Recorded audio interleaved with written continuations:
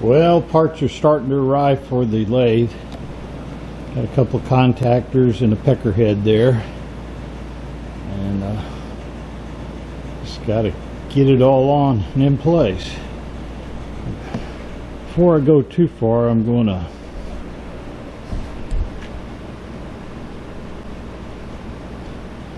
finish doing a little bit of this needle blasting around the motor area so I can rebuild a stand and everything for that. Yes, I'm sorry for the noise quality in here. It was about 100 today, and this shop has 3 air conditioners running full blast, and frankly I can't turn them off. I tried, I really did. My hand just wouldn't reach for the remote control correctly, so sorry.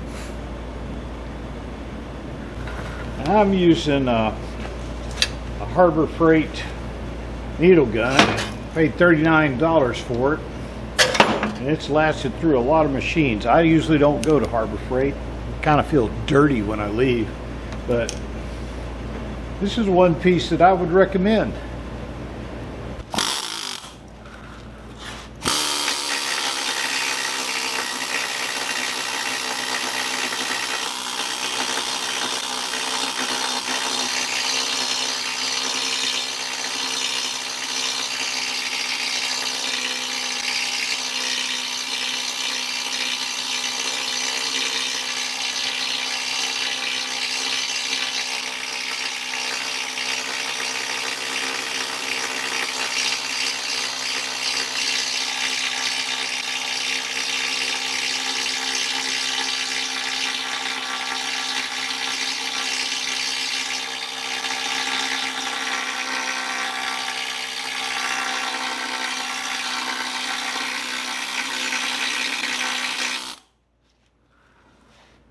You see, if I just hit it lightly,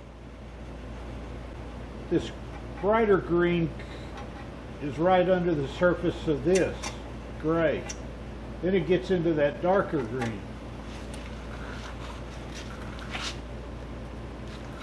The dark green may just be a primer.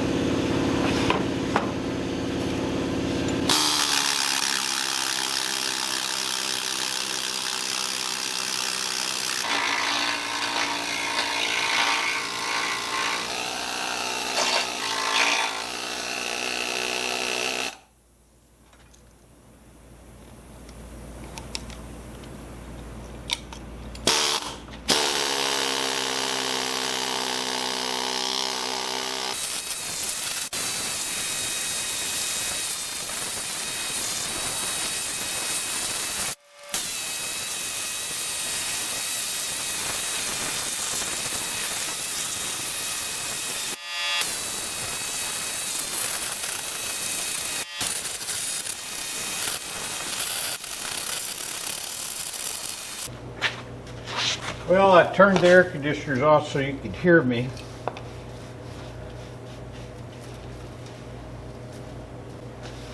I just made a discovery that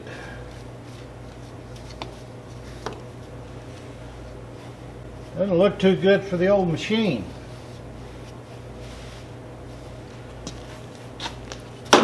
I was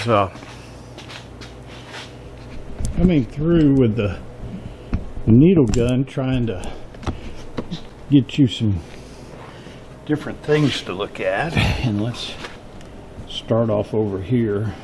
I don't know if this will focus. Maybe this is the surface after needle gunning. It looks kind of textured, probably from the pings. This is cast aluminum.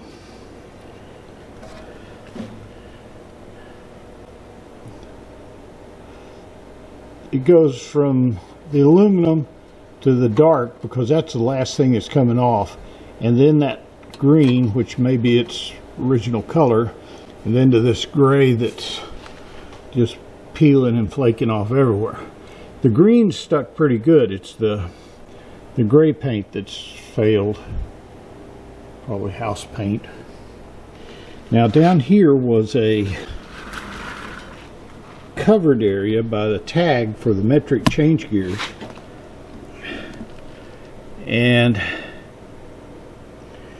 the tag's probably never ever been off since the day they put it on.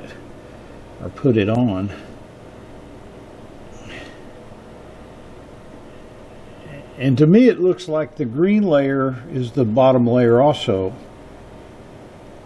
and then the light green layer was over top of everything. Now over here is where another brass plaque was, and it's kind of the same thing. It's kind of hard to tell. Got to show you how to take these off. I filmed doing the others, but I lost that, and then I just found they had painted over this low high tag so bad. Well, there it is up there. That I missed it. Now, as I was saying before the battery ran out, I missed some of the tags. I found another one over here. Got to pull off. Well, we can get close enough to read that or not. And I'm not really sure that I missed any down here. There's one up there that's pretty much gone. I don't know if I'll be able to save it or not. And down here is the window for the apron oiler. You put oil in by that flip top pot there, and this has a line about halfway up that shows you the oil level. This has a pump and Bijur units that oil the ways and the cross slide and everything. Missed another one over here when it was covered in crud. Didn't see it. This is what's concerning me. That is the oil level window for the head, the spindle, and all the gearing. I was cleaning up around with a needle gun. I've got new windows for it, and I've been holding off pulling that out until everything got here. But that doesn't look good. There's a slight trickle of oil came out, and the oil level should be halfway in there. So maybe there's enough in there that it was getting some oiling. Well, yeah, I sure hope so. That window up there I removed. This was it.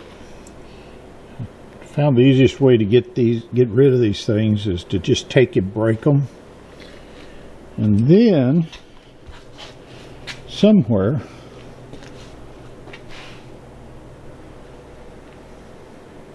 there it is. There's the tool I use. It's a seal tool for automobiles, and you can just stick this in there and pull it out. I don't want to really do that right now because it may be holding back enough oil, and I'm just not ready to pull that head right now. Now on to the way the needle gun was finishing. There's a lot of different materials on this. There's cast iron, and that's the finish, just rough going over the needle gun does. It makes a very nice textured surface. It's not very textured at all. I think if I just wipe it down and then sand it, it'll be great. Now this part here is cast aluminum. Some machines I've seen tin bent and welded here, but that's only one I've ever seen like that. Somebody asked Don a question about the original paint color. Honestly, I can't tell you. If you look here, you see a gray outer layer that's failed badly and cracking everywhere, a green middle layer which could have been the color of this lathe, and then a dark olive which for sure on this part of the lathe is stuck to the aluminum, a primer, I would guess. If you look down here where I removed the brass plate that was down here, you know, just hard to tell. It looks like things have gone through there. I've needled it off there. That's the finish the needler did on the steel on the electric box, and that's how it was taking it off down there on that flange for the pump.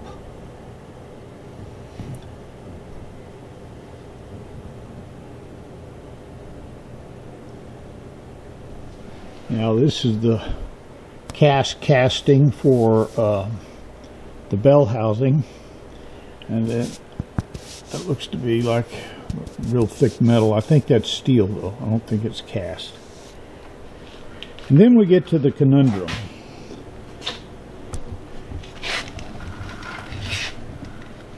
This drip pan is steel, and the paint seems to be reversed. It seems that the lighter green is on the metal itself, and the darker olive is on the outside of it, just reversed from what it is up here. Anybody knows what the heck that means? And I can tell because as I'm needling it, the olive goes away, but that layer right there stays. And it's stuck very well. I don't know if I can get that off by needling. I've been needling on it for quite a while. And if I can't, and it's not rusty, I'll probably just put a primer over it and repaint it all. But my mission is to get up into this area. I'm trying to get rid of most of the paint off this cover before and all this up in this area before I take that cover off. There's change gears in there. You can put metric gears on this lathe. And I want to get all of this at least cleaned up so I can start putting the electrical back together. Got all the leads ready to be re-insulated and a pecker head, and got a couple of pecker head options. Got these off eBay. My collection of 440 volt heaters. And you got this one, which is closer to the original, but the original has a curved back like this, but it's up high so that it mounts on the motor like this. And I may still do that. I may still use this and make a wedge to fit back there. Don't know.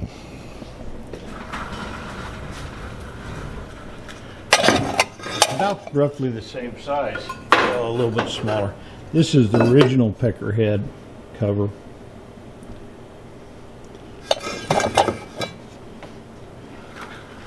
And this is the new contactor.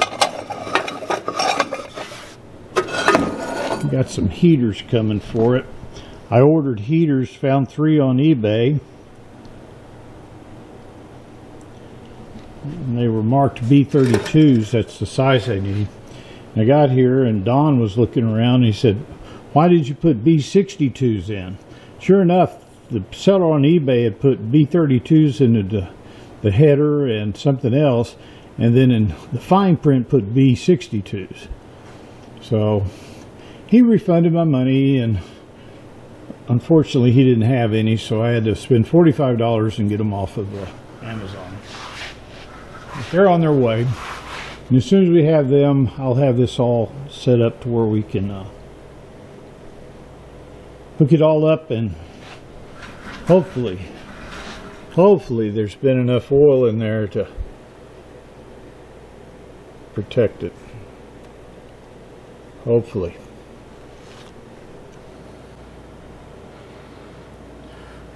Well, luckily I missed a few data plates when I was removing them the other day, so now I'd filmed doing that, but I've lost the film somewhere. You get so many cards going, I got to come up with a better system. But this one, as soon as I was cleaning off, I uncovered some big chips off of this, and that's the low-high range. And so I'm going to show you how I get these little, I don't know if y'all can see or not. What I do is take a little cold chisel, kind of blunt one, and I put it here on this, some people call, I think they're called hammer drive screws or type U-bolt or U-bolts or something, I'm not sure. But I find if I kind of loosen them up a little bit and don't dig into the brass plaque, just put all your force on that drive screw. And then I go over to the left side of it and I tap easily.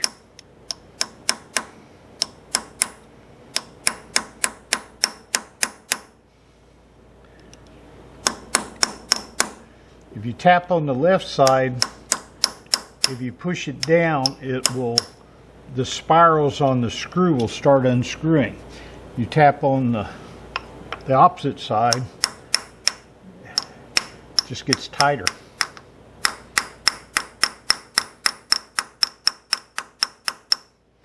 I'm really trying not to mess up these. I can buy U-bolts, although finding brass one is being very hard.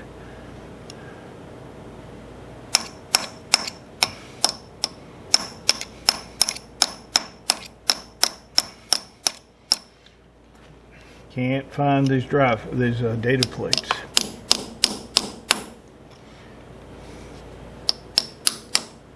See, it's starting to come now. I got it loose. Now let's just get that back there.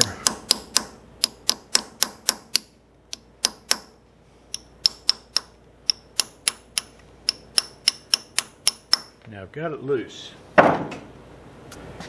Now I've got it loose enough to where I can take a pair of pliers and go inside and grab it. I like to use the old-timey ones for this because you can get up close to it. And then I twist it out, and out it comes.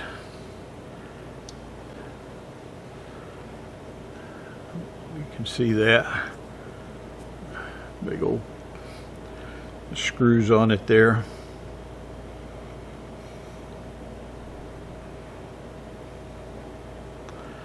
Anyway, guard these with your life.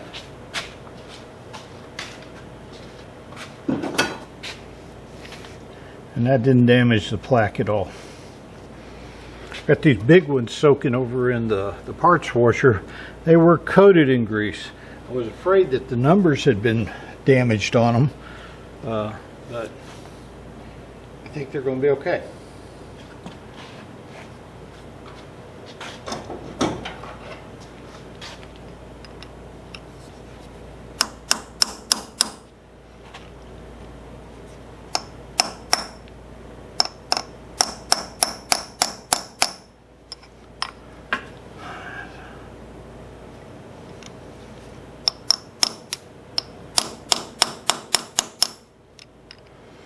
You can use little ball peen hammers, pretty easy for this too, but you know, I'm getting old and it's hard to hit the little point, so body hammer works great.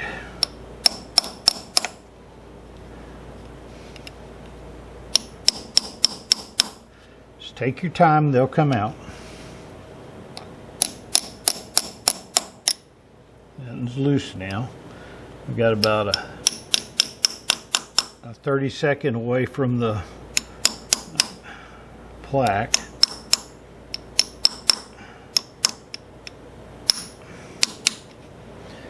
That's about,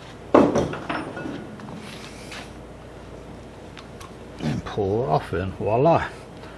Get the junk on the back of that from all the years.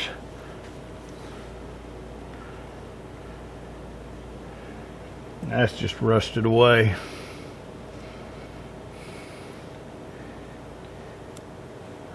This is so painted over I can't read it. I got a smaller chisel that has a sharper point.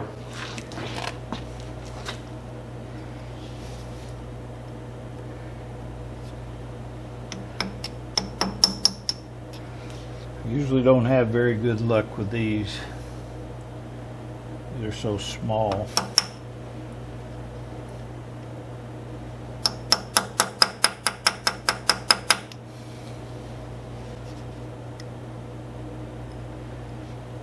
We're going to have more light than that. Now this one's got a nice shoulder on it. Maybe I can.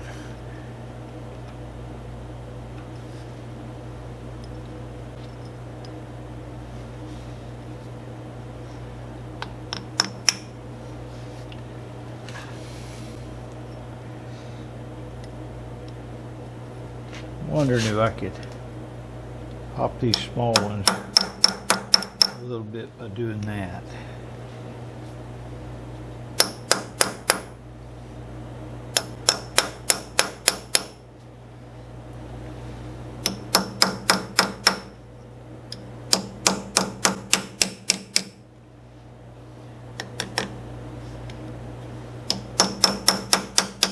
I think so.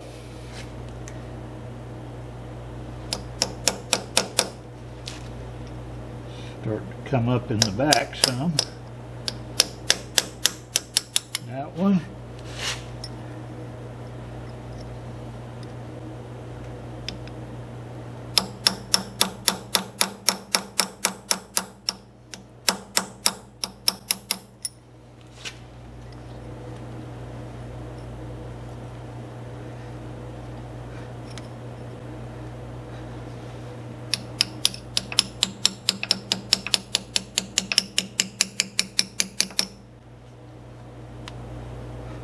There we go.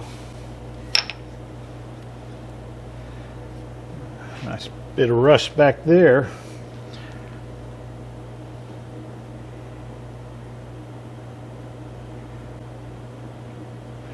I think it says even threads are lined. I don't know. I think I'm going to soak this in some paint thinner. One of the heads pulled off.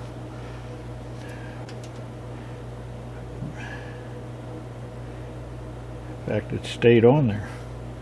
It was pretty rusted. I think these are steel. I know I can buy little stainless steel ones, and that may be the best thing to put on there. Let's go find some more. No, we don't have to go very far. Here's one right here.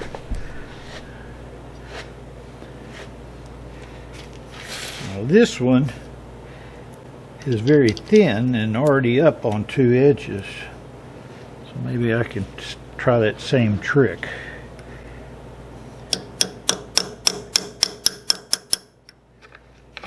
Got that one loose. They don't go in very far.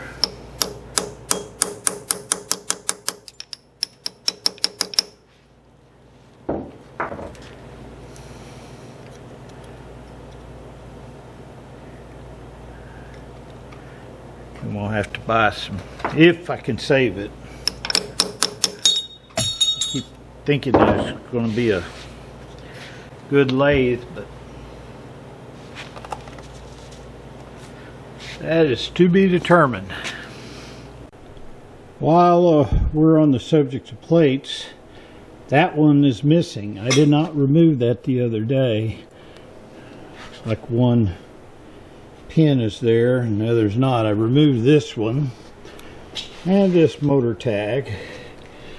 I don't know if I'll probably take that one off too. I don't know what that number means. I do know that there's a tag that was here that on some of them are brass, and it has a motor rotation going to the right. The tag I took off, I don't even know if I kept it. There it is. That's what I saw up there. This is the metric. Tells how to change the gears for metric. See how that cleans up. But I'm going to clean these two up we took off just now.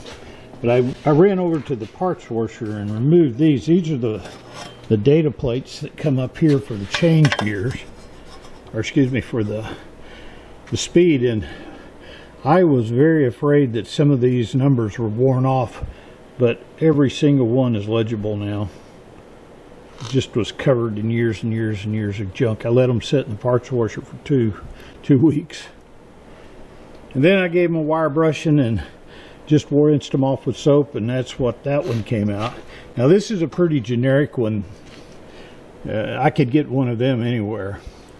The one that's not generic is this one that comes down here, and it shows you all your threads per inch and feeds an inch and revolutions down here. It's a very nice plaque. I really enjoy these. But this one was made for that lathe, 9343, and they stamped it with those numbers. So that plate went on a series of them, but with the same gears. They just customized it for that lathe. I guess I could always find another one and kind of grind that off and stamp the new numbers in it. Heck, it could be serial number 1. I might even do that. That's a great idea. But I am kind of, I'm not upset. I just wished it was there. That one, it tells about the oil, changing the oil. That was a very good looking one. Big, high, raised brass numbers also. Well, that's kind of a update on the 16-inch Axelson. That tag I'm missing still bums me out, but hey, wait a minute. I know where one is. I just have to figure out how to get past the dogs, the horse, and the pet cow.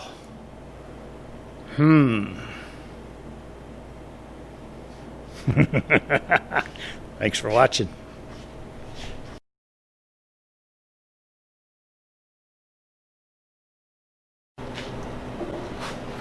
Well, do you remember this little project? It used to look like a pretzel. Now it's not looking so much like a pretzel as a distressed piece of metal.